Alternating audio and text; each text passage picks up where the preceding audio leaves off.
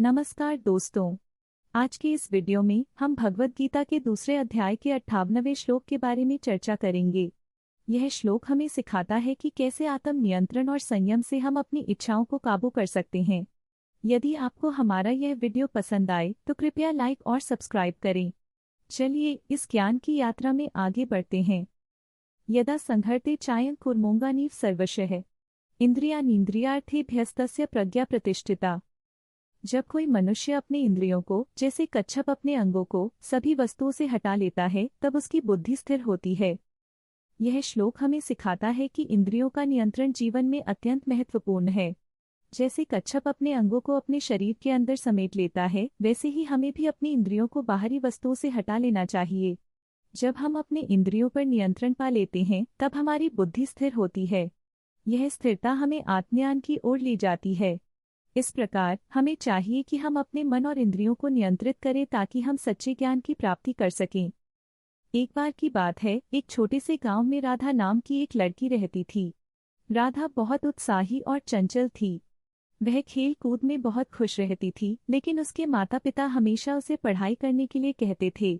राधा को खेलना बहुत पसंद था और पढ़ाई उसे बोरिंग लगती थी। एक दिन उसके गुरु ने उसे एक कहानी सुनाई। गुरुजी ने कहा, राधा, एक बार एक कच्छप था। वह अपनी शेल में छिपा रहता था। जब भी खतरा आता वह अपने अंगों को समेट लेता। यह उसकी सुरक्षा का तरीका था। राधा ने पूरी रुचि से सुना। गुरुजी ने आगे कहा, इसी तरह हमें भी अपने इंद्रियों को नियंत्रित करना चाहिए। जब हम अपनी इंद्रियों को बाहरी वस्तुओं से हटा लेते हैं तब हम सच्ची बुद्धि को प्राप्त करते हैं। राधा ने सोचा, क्या मैं भी अपने इंद्रियों को नियंत्रित कर सकती हूँ? उसने तय किया कि वह पढ़ाई पर ध्यान देगी। हर बार जब उसे खेलने का मन करता वह अपने इंद्रियों को नियंत्रित करती और किताबों में ध्यान लगाती।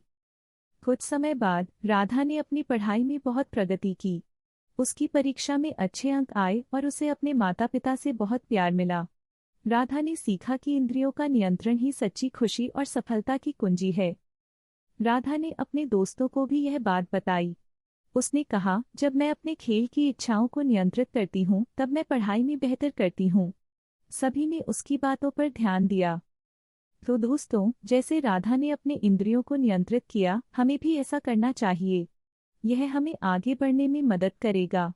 यदि आपको यह कहानी पसंद आई तो कृपया लाइक और सब्सक्राइब करें और हमारे चैनल पर और भी ज्ञानवर्धक कहानियों के लिए जुड़े रहें।